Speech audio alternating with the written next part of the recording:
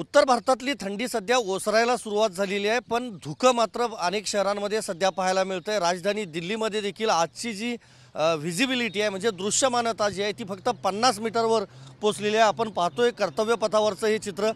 खरं तर याच बाजूला इंडिया गेटची वास्तू आहे, पण अगदी म्हणजे 40 ते 50 मीटर नंतरचं आपल्याला काहीच दिसत नाही। अगदी दाट धुकं जे आहे ते संपूर्ण राजधानी दिल्लीवर सध्या पाहायला मिळतंय।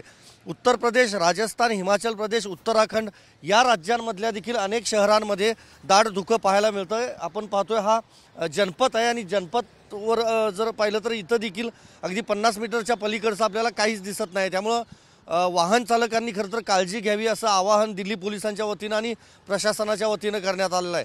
प्रामुख्याने हेच आहे की गेल्या 12 वर्षातली सर्वात जास्त थंडी जी आहे ती 2024 साली पडली होती असं देखील हवामान खात्यानं सांगितलेलं आहे। त्यामुळं यंदा जी थंडी होती ती मोठ्या प्रमाणामध्ये होती, मात्र आत्ता थंडी ओसरायला सुरुवात झालेली असतानाच धुकं मात्र मोठ्या प्रमाणामध्ये पाहायला मिळतं। त्यामुळं राष्ट्रीय महामार्गांवरच्या वाहनांना तर अडचण येतेच, त्याचबरोबर विमानांची उड्डाणं असतील, त्याचबरोबर लँडिंग असेल आणि रेल्वेची ये जा जी आहे त्यावर देखील याचा परिणाम झालेला आहे। अनेक एक्सप्रेस गाड्या ज्या आहेत, ज्या दक्षिण भारतातून येणाऱ्या आहेत किंवा ईशान्य भारतातून येणाऱ्या आहेत राजधानी दिल्लीमध्ये, त्या देखील उशिरा धावत आहेत।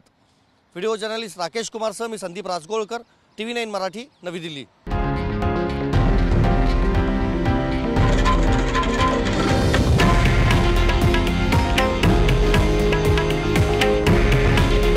हे आहे देशातील नंबर 1 न्यूज नेटवर्क आणि आपण पाहत आहात TV9 मराठी। काळजी तुमची, हित महाराष्ट्राचं।